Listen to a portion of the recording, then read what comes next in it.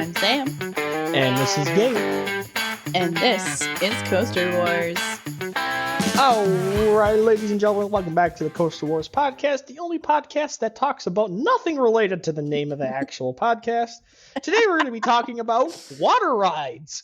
Oh, it's actually, so this is our favorite non-coaster rides, and it is actually really funny that we both picked a water ride. Yes, that is true.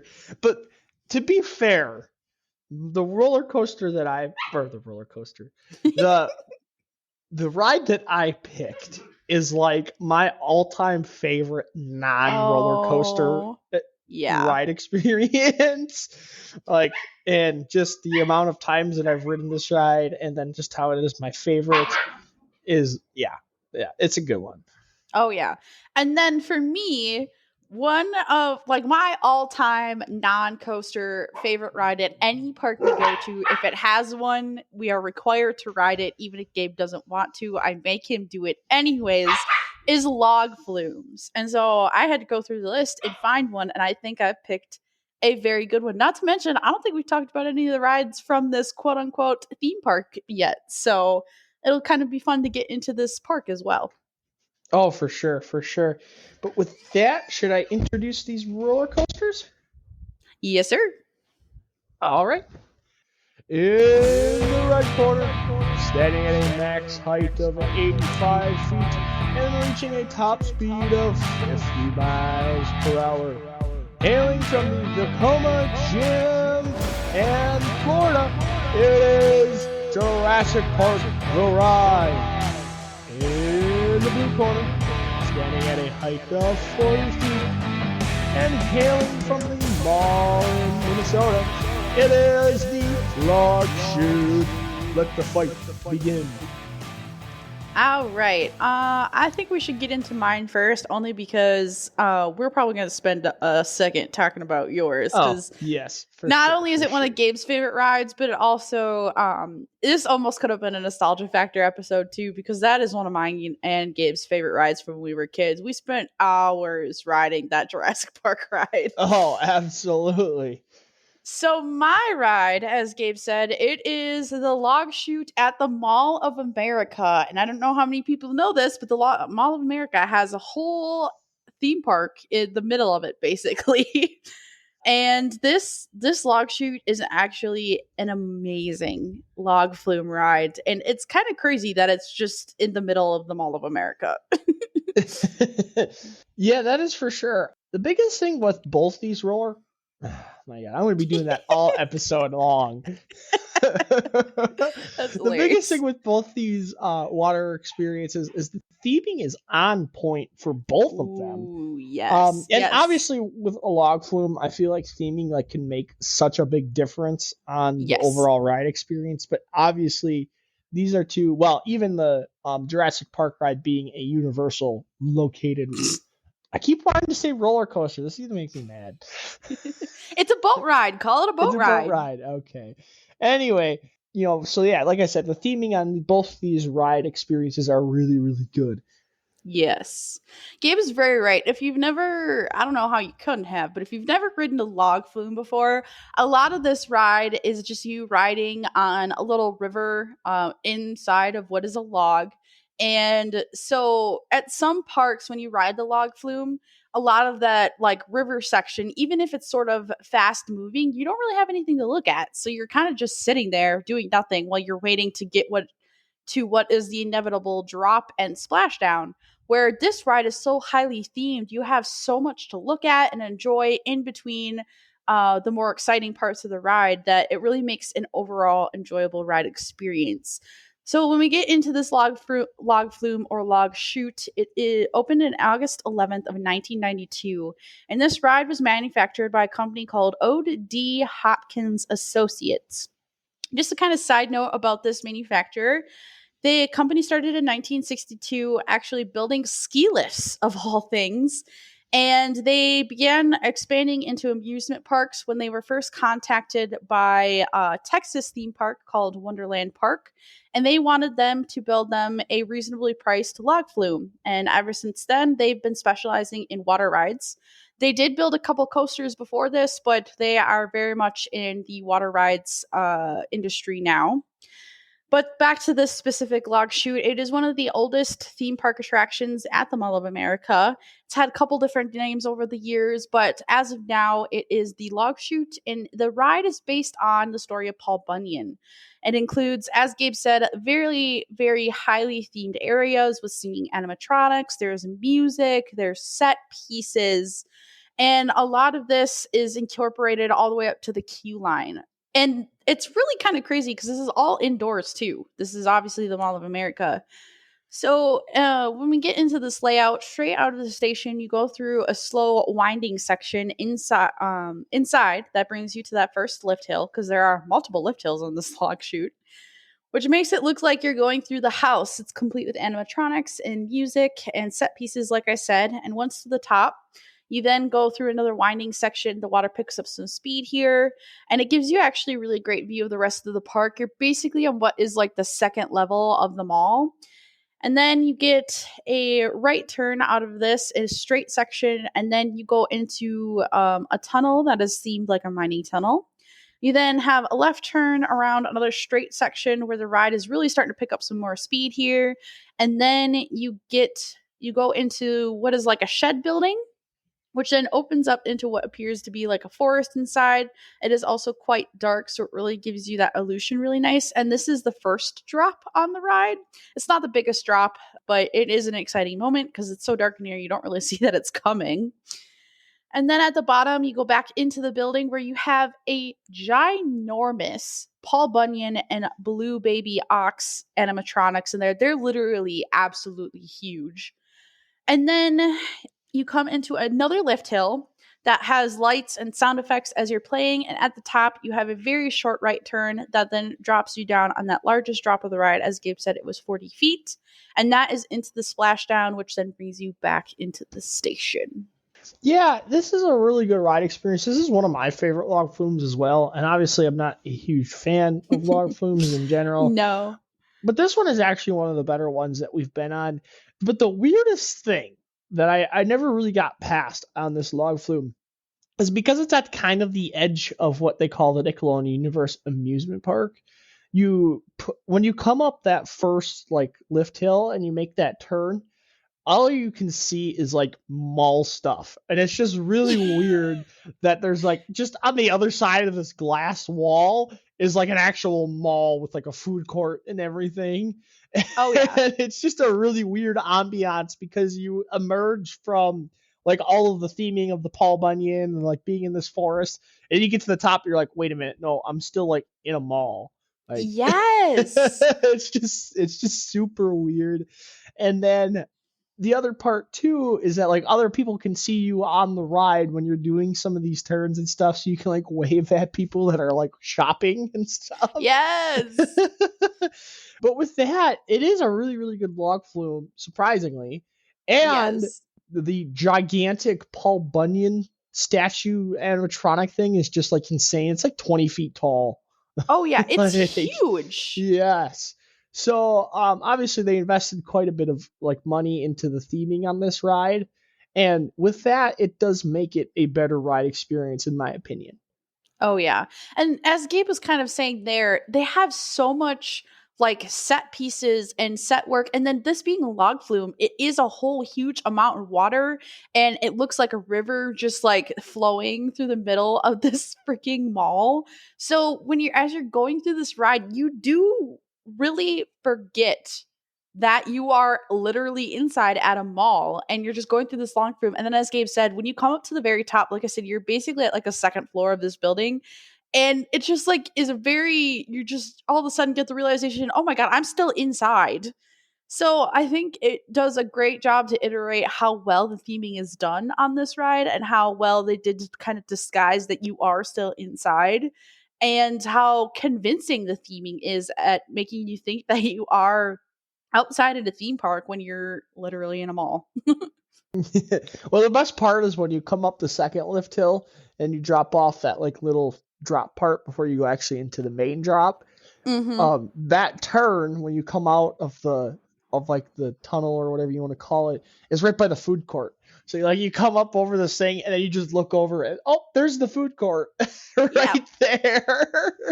It's just so goofy. So like the people sitting there eating their lunches or dinners or whatever can just see you go by on this log flume. And then it is weird too because if you're sitting on the food court side, it's just a glass wall, so you can see the water flowing in the like track basin and everything.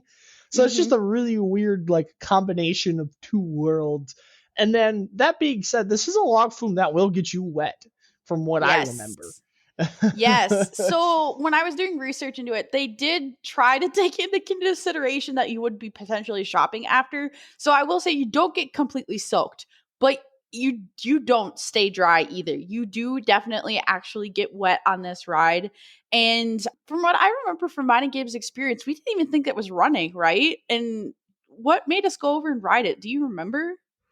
I don't remember. I think the last time we were there, the park was empty. There was like nobody there. So we Oh, got a okay, lot of yeah. rides on everything. I do know the log flume does have kind of weird hours though. It doesn't operate the whole time the park is open. I do know Oh that. yeah. Okay, that must have been what it was. Is it must have just opened. And so I definitely made us go over and ride it. Like I said, I not really sure why, but I love log flumes so much. I'm always so excited to go ride them. And I could not believe that this place had one. So we went over and rode it. And then like Gabe said, we were actually really surprised after we got off it. We're like, holy crap, what was that? And so it was a lot of fun. It is, if you ever can make it there, I highly recommend for anyone to ride. It was a lot of fun. Oh yes. So is this your favorite log flume then, Miss Log Flume aficionado? I really actually think so. The theming just takes it over the top, and log flume drops usually aren't anything too crazy. So the fact that this one has two is really interesting though. Not a lot of log flumes can dispute that. And just I think the whole experience is better than anything I've had on any other log flume. So Yeah, for sure. But with that, we should probably transition over to the other ride that we're going to be talking about. Now, this is the Jurassic Park, the ride, the original is the one that we are yes. talking about. So this has actually been completely redone. It is now considered Jurassic World, the ride. It's basically the same experience. They just updated the theming and updated the ride vehicles.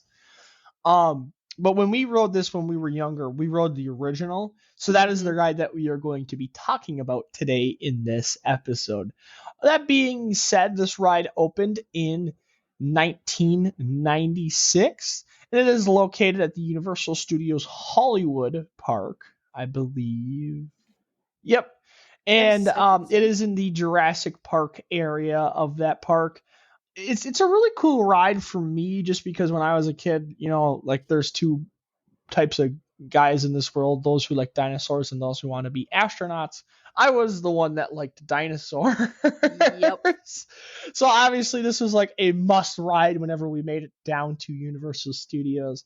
But this is another ride that we can talk about. The theming is absolutely blown out of the world. Ooh, yeah. And obviously being at a Universal Park, it's going to be really good theming. But so this ride is a Vekoma. So they was constructed by Vekoma. It is considered a shoot the chute ride. So it's this big boat that you can load like a bunch of people into. Oh yeah. Um, and then it has three separate chain lists. The top one being 85 feet, and the top speed of 50 miles per hour. I thought that was a little high, but I suppose going off that last drop and Oh how yeah. heavy the ride vehicle is, that actually kind of makes sense. So this roller or Boat this ride. this boat ride was in 2018 is when they shut it down. That's when they rebranded it to the Jurassic World ride. Like I said, it's basically the same ride experience. They just updated the theming. That being said, I feel like the original theming was really, really cool, but it screamed like 90s animatronic. What you did. Like the thing I Yeah. always think about is like the Gremlins, like animatronics, Hmm. or what was the one TV show that had the dinosaurs or whatever? I can't remember the name of it. Like the dinosaur family with Yeah, the yeah. one that goes not to or not to mama. I cannot think of Yes. it either. Yes, that show. Like that's what this ride kind of reminds you of when you got on it. Obviously it was built in the 90s, so that makes sense. Yes. But it made it so much fun as a kid. This ride Oh, was yes. literally so much fun. It got to the point where our parents started sending us on it by ourselves because we rode it so many times. Yes. But with that, let's dive into the ride experience a little bit. How does that sound? That sounds perfect. Because this is a long one. According to the Wikipedia page, I wrote it 7 minutes. I'm like, really? Oh my gosh. Yeah. I But suppose so. anyway, Without the drops, you don't go that fast, I guess. no, not So at all. So anyway, so this ride starts. You load into this massive boat ride vehicle. It can fit a bunch of people in it. I think it's like 5 people, and it's like 5 rows or 6 rows, so you can fit like 30 people in just one ride vehicle. But yeah. anyway, it starts with a very small little lift hill, and that pops you up and over and gets the ride moving. And you turn around the corner, and there's these huge, massive gates that open up and you enter into the world of Jurassic Park. Now, when they talk about the animatronics and stuff, so when you turn around this corner, there's these huge, like, giant heads from, like, the really tall, long dinosaur things. This is going to also show Bronchosaurus. yes, that my dinosaur knowledge is lacking. Oh my gosh. Anyway, but it's really cool because they're like full size like animatronics, and they move and like they make noises and they look at you and stuff. Oh And yeah. it's awesome. I really enjoyed this as a kid, and I think even a lot of adults will enjoy it. But anyway, so you just kind of go on this really nice and gentle boat cruise. And after that, you see a couple more little dinosaurs, and you come around this corner, and there's this massive piece of rock work with a waterfall flowing down it. Just a really gorgeous piece of theming that they have. And you go underneath the rockwork and into this little cave area where you see a Stegosaurus sign. It's called Stegosaurus Springs. Up at the top, they have a Stegosaurus animatronic. There's these really cool like water blast things that go on throughout the ride. They don't really get you Hmm. wet. They just make a noise and shoot a bunch of water everywhere. It's They're kind of almost a kind of cool. like a jump scare. They kind of try to spook you out a little Yeah. bit. So, but anyway, as you keep floating on, you go into a sign that says, I can't read that. Hetosaurus Cove. And there's a couple like actual dinosaurs that pop out of the water at you, and some Hmm. of them spray a little bit of water at you. Then you come around another corner and you see another what looks like a ride vehicle. This is a fake one that looks like it has crashed into a building. And Hmm. basically, what happens is because this boat is blocking your path, it actually switches you to another path, which takes you into a back area where there is a ton of danger signs. So now you're in trouble. Oh no, what's going to happen? As you keep floating, you see another ride vehicle that looks to be damaged and sunk. And there are some little baby dinosaurs swimming around, and there's one like chewing on the seats inside of it. And you see what looks like more to be like buildings and stuff, and like kind of like the back area where you might not supposed to be. And you come around a corner and there is a giant car on the wall, and it's like held up by like cables. It looks like it's gonna fall on you, and nothing actually happens. But Hmm. and then you come around another corner and there's another dinosaur that spits water out at you from both sides. And then you go up into the lift hill, which brings you into a building. So this is the second lift hill of the ride. Isn't there like a wasn't there a cage like above the Yeah. entrance that like So falls halfway down? in the video I'm watching, I don't see one, but I do remember Oh. that there was like this big cage, and it sounds like there's a dinosaur in it, and Yeah, it sounds like then there's a like velociraptor in it. it looks like it's gonna drop on you. This might be a different ride that I'm watching, or it might be an older version of it. I don't know, or a newer version of it. Anyways. Anyway, as you're going up this lift hill, there's like sirens going off, and they Hmm. say, and then there's like an audio thing in the background. It's like the dinosaurs have escaped.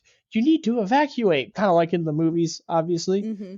But anyway, so you go up this lift hill and it gets darker, and then this, I believe it is actually a raptor dinosaur, pops out of like a hole in the wall and roars at you, and it's kind of scary, I Yes. guess. And then you drop down into another little basin at the top of the lift hill. And now this is where it gets really intense because there's flashing beacons all over the place. And then you come around the corner and there's a giant T-Rex head that comes out of the ceiling, and it kind of scares you.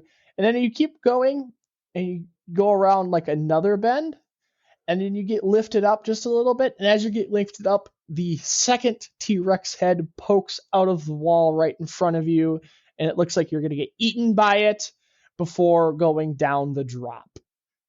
And it Yes. is a And 50-mile-an-hour drop, and it gets you wet. yes. Yes. It does. But, it's also a really good drop for a boat ride too. I feel like we've always really loved that drop. Sure. It's definitely the best part of the ride. And then just that massive T-Rex head. Oh yeah. Like, that you come around the corner and it's just like, it looks like it's going to eat you. And it's huge. It's like a huge, full life-size animatronic T-Rex head. And it's definitely like the best animatronic on the roller coaster, in my opinion. Mm-hmm. But it's just a really cool moment. And then you drop down the 85-foot drop. But that being said, like, the theming on this thing is just blown out of proportion because it is a universal ride. And it's just a coaster that I think it's like, I said coaster again. You said coaster twice already. I've just ignored it. Don't worry. Oh, yeah. Okay. But the reason we love this ride so much is because this is like my first thrill ride that you guys were really able to get me on. Oh yeah. When how old were you when we went to the Universal parks for the first time? This is way back. You were still in elementary school. 7? Yeah, so 8, 9, somewhere around like there. That. Moral of the story is that Gabe is this little elementary school kid. I mean, he wasn't even tall enough to ride most of the other rides. I remember riding some of the coasters with Dad because Mom sat with you. And this is, like he said, this is one of the rides where, because it is a boat ride and you can have your parents come with you. And I mean, even the restraint system, if you've ever ridden a boat ride, it's basically just one giant lap bar that kind of comes forward. It doesn't even really sit on your lap. And if you're a little kid, I mean, you have so much room in that boat. But so it really was kind of Gabe's first ultimate thrill ride. And talking about that theming too, I mean, I think it's a combination of not only being universal at a Universal park, so they had the money and the means to make something highly themed like this, but then they had an entire fandom like Jurassic Park to work with. I mean, there is so much that goes into that story, and so many people love the movies, and we love the movies. We didn't have all of them, but we had number 3 as a DVD that we would watch all the time. That was like one of Gabe's favorite movies when we were growing up. Yeah, the biggest thing with this ride is the animatronics and how, like, some of the animatronics actually interact with, like, the ride experience. Yeah. Because, like, some of the dark rides and stuff that you see around, like, they just kind of are there. They move a little bit, and that's about it. Where, like, some of these animatronics, like I said, some of them pop up out of the water. Some of them, like, eat, like, it looks like they're eating leaves and stuff. Some of them squirt water at you, which is funny. Oh, yeah. And then, they all serve some kind of purpose, whether it is to scare you or to have like the grand finale T-Rex animatronic. They actually serve purposes in the ride experience. And that's what really kind of sets this ride apart for me is just, I mean, well, that and they're dinosaurs. I mean, who doesn't love dinosaurs? Come on now. Exactly. Well, and something Gabe was mentioning too is just the sheer size of some of these animatronics that are in this place. Yes. I mean, the log flume that we talked about, it had basically 2 giant ones. On this ride, every single one of those animatronics is the same size as what a life-size dinosaur would be. And even as an adult, they're gigantic. It makes you feel so small. And then, as Gabe was saying, with all these interactions that you have with the animatronics, this does a really good job of storytelling as well and creating the storyline of the Jurassic Park movies, basically, that at first you're in a controlled situation in a theme park and you've got the nice dinosaurs, the herbivores that aren't going to eat you, and then you somehow get a little bit off track and now you're in danger. And it has a really good job of creating that sense of danger and that you are about to be eaten by a T-Rex. So yes, for sure. The other thing, like, that Sam was talking about earlier is the ride vehicles. They're very comfortable. Oh yeah. Obviously, it's just like this big lap bar for everyone. It doesn't really restrain you in any way. And of course, as a child, that just makes you like feel a little more out of your comfort zone a little bit because this lap bar comes down and it doesn't even touch your legs and you're like, Oh oh yeah. my god, I'm gonna fall out of this thing. So it does make it a little bit more scary as a child as well. But yeah, this is a boat ride. Now it's funny because I don't like log rides as much, but for some reason I love like these boat ride style Oh yeah. attractions, and this is definitely by far my favorite. So that's kind of why we put these two together in this episode, is because they are our favorite non-coaster ride experiences. Oh yeah. But in true Coaster Wars format, who do you think won this battle, Gabe? Oh, it's not even close. Like, Oh, I seriously. 100% agree. It was definitely the Jurassic Park River Adventure. Just because the theming on the Log Chute at the Mall of America is really, really, really good. But the theming on the Jurassic Park River Adventure is the best, like, ever on a water attraction, in my opinion. Like, you cannot beat this ride.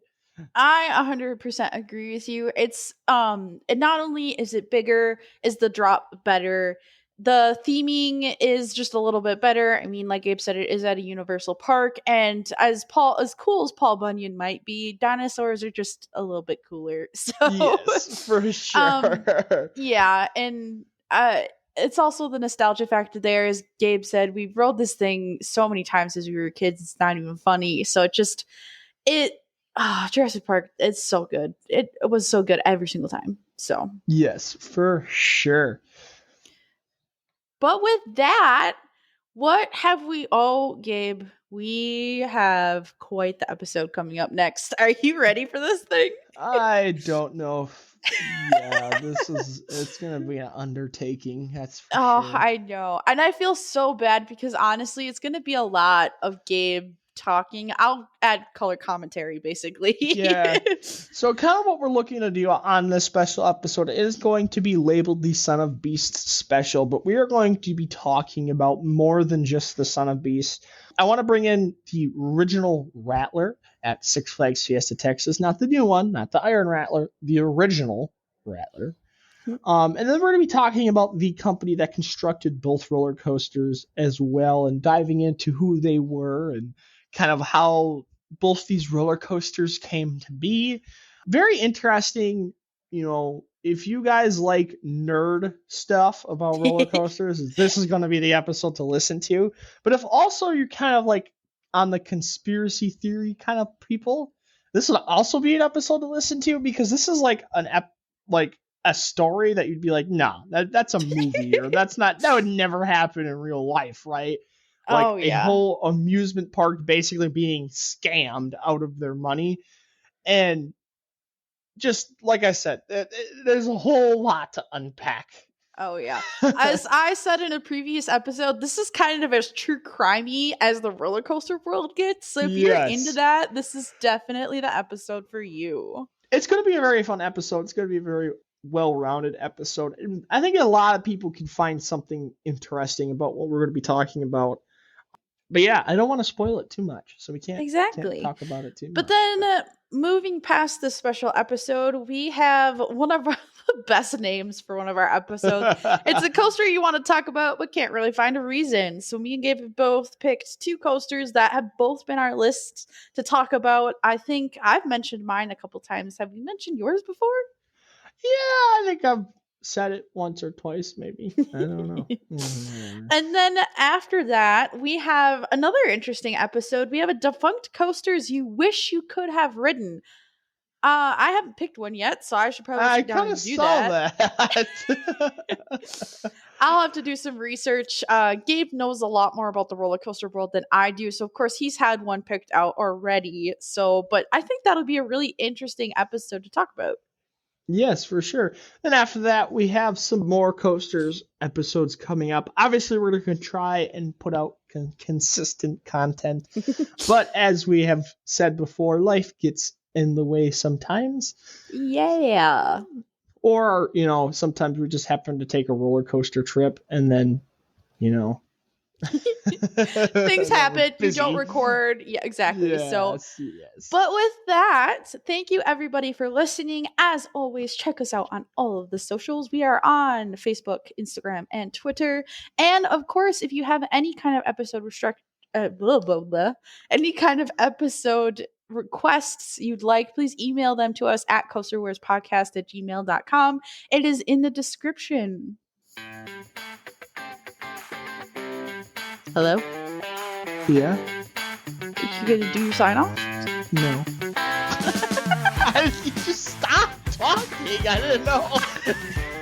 That's how I end it every time. Okay. Well, we wish you guys all have a great day.